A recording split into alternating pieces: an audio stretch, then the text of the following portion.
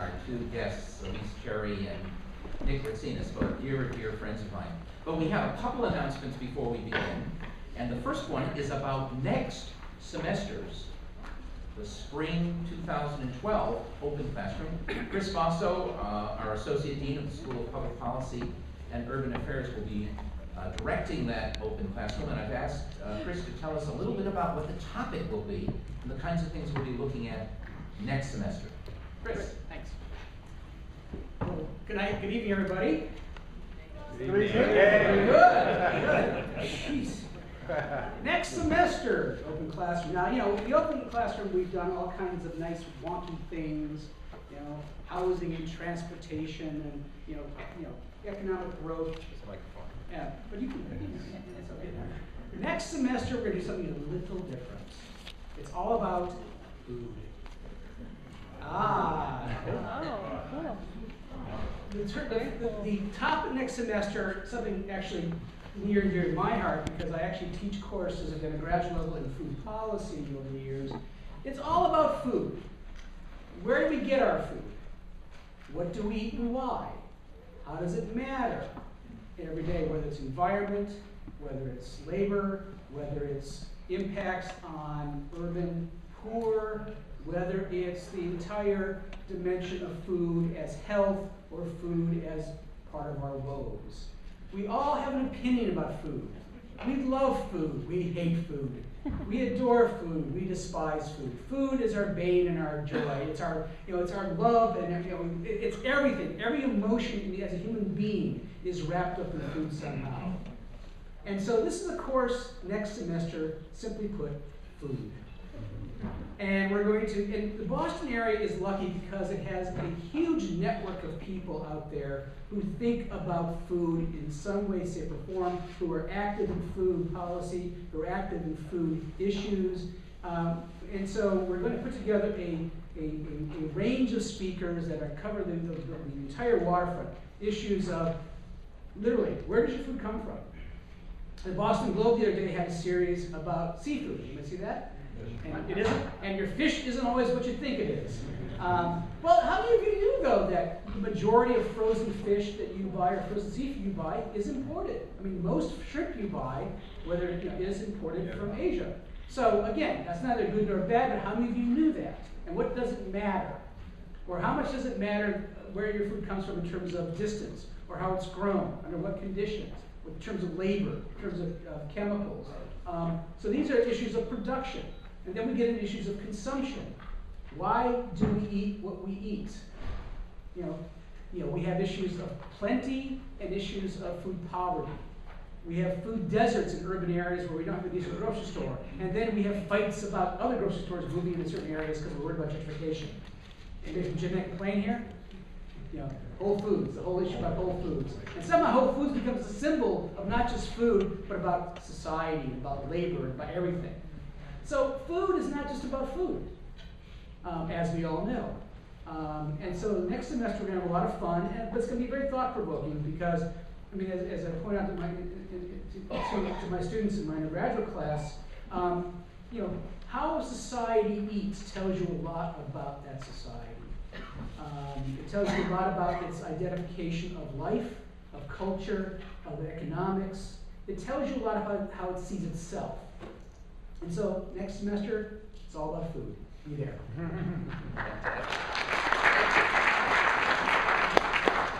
I hope we'll have food tastings before class. Yeah. We'll work on it. We'll work on it. Well, the other announcement I want to make just before we start class is that we're going to do something very special. And I hope that you will all find a way to come to this, if you can, and bring as many friends as possible. Do we have a slide? We don't. I was going to use chalk. You're going to use chalk. How does that work? What? Chalk. An 1860s technology. As you know, we have a good number of our students from our university and virtually every other university here have been occupying Boston. People have been occupying Wall Street and occupying places across the country. There's an issue out there. There are a lot of issues out there, and yet they're rather inchoate. And therefore, a number of us, including Professor Nicolas and myself, other professors from economics, and some of our students have gotten together, and we've decided to take a trip down memory lane back to the March 24th, 1965 in Ann Arbor, Michigan, when, as a junior at the University of Michigan and a member of student government, I was one of a few students working with a lot of faculty who planned the very first teach-in on Vietnam, which then spread nationwide.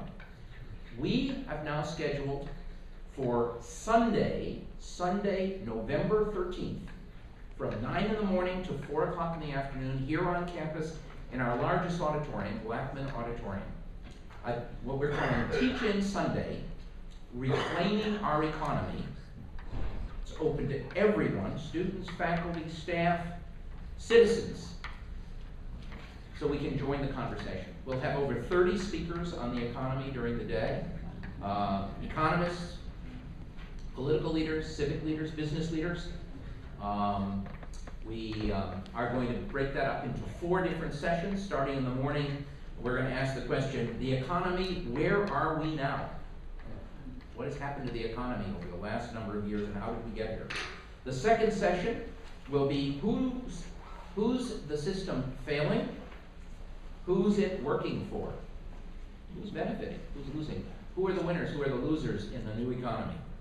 The third session is going to be politics and economics. What went wrong? How do we explain what has happened? Some of those are issues we've taken up in this and in former open classrooms. And finally, what can be done? Reclaiming our economy and our democracy. We hope to have over 2,000 people on campus that day to take part in the open classroom. We hope you'll come, bring as many people as possible. We're reaching out to all the campuses and organizations all across the city to do this. We're working with the media. NECN will be covering it. We're talking with WBUR. We're talking with other Boston Globe, the publisher of the Boston Globe. We're hoping, in fact, that this might lead to teach-ins like it all across the country. This is not a protest movement.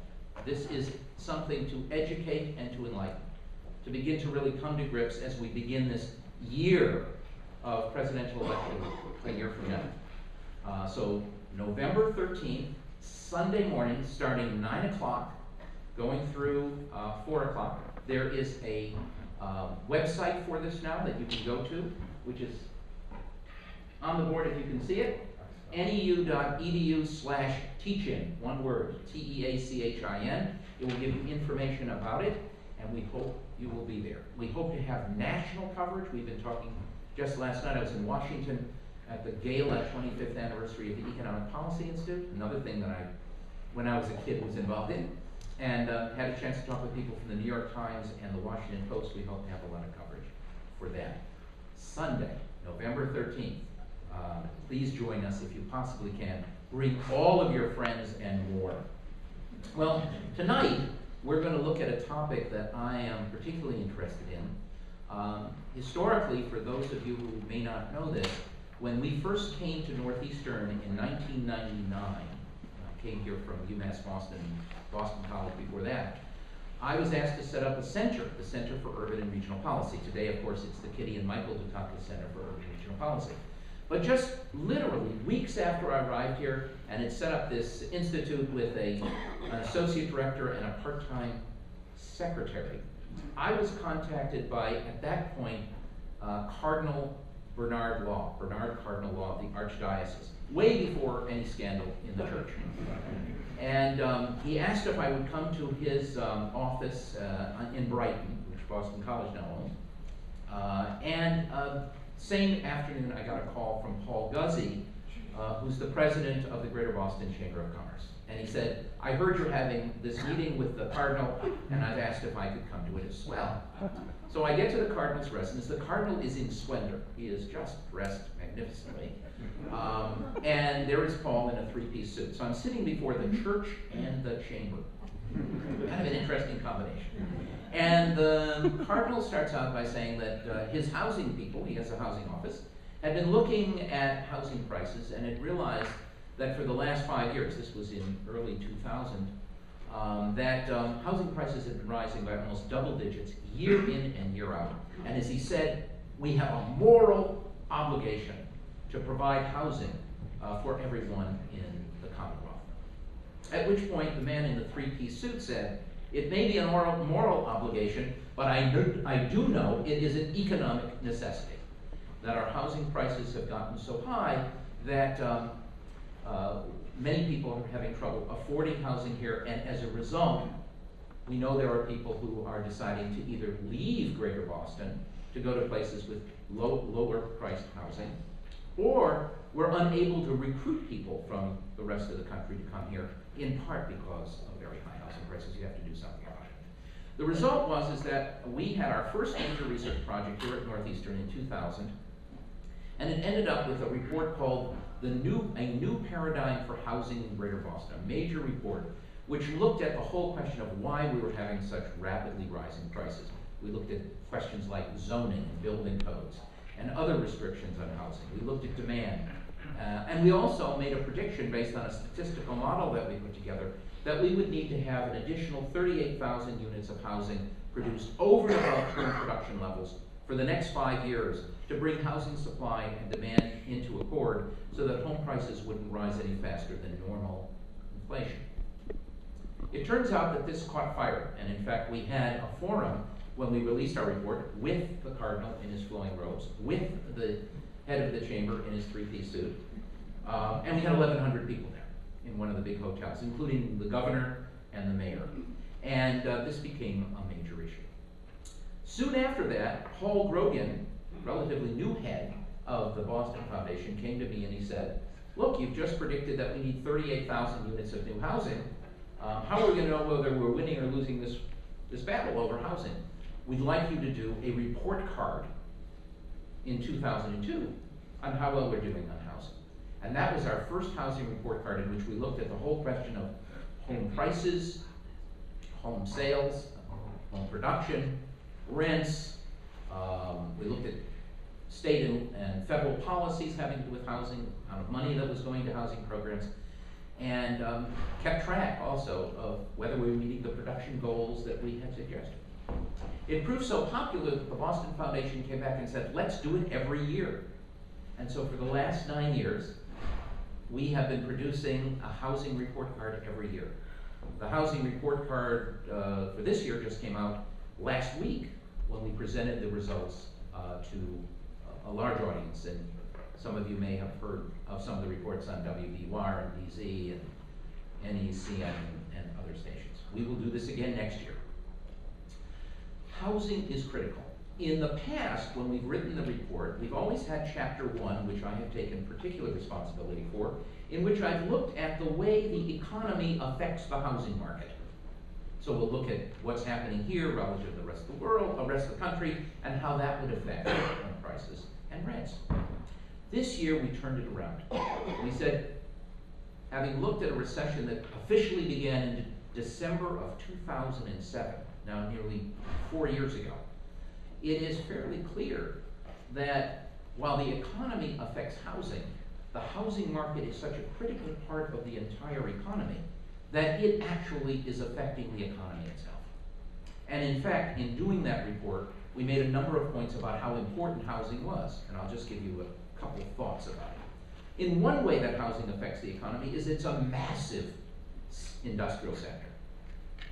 Residential construction is down about 80% in terms of units. It's at a peak in 2005 nationwide, and about a decline of about 56% in terms of total value of production. Right? That means there are literally hundreds of thousands of construction jobs and other jobs that are affected by that. It is also true that when people build new houses or renovate homes, they often buy appliances and new furniture, and so other industries get affected by that. And of course, if you're buying appliances, some of which are built in this country, that will also affect people, for example, who mine coal that goes into steel, or smelter aluminum going into appliances. And so it just ripples throughout the economy. Non-residential investment was down about 11% since 2007. Residential investment has been down almost 30%. So it has a major impact on the economy, just directly. But indirectly, it also has a massive effect. Overall, for the whole US economy, housing values are down by about 28% since its peak. That's about $6 trillion in evaporated housing value. And as a result, many people feel poor. They may still have their jobs. They may not have had a day of unemployment, but they've seen one of their, if not their major asset decline in value. And we know that there's a wealth effect, which is when you feel poorer, even though you still are getting a paycheck, you consume less. And there are estimates by colleagues of both Elyse and Nick and myself, Chip Case, who we've had here before, and his colleagues, who have kind of looked at that impact.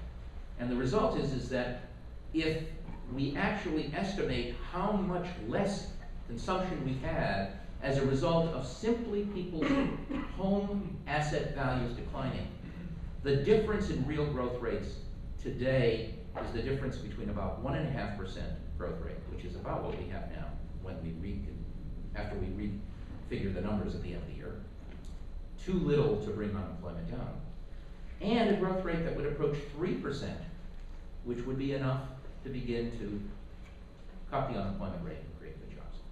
So it's really important.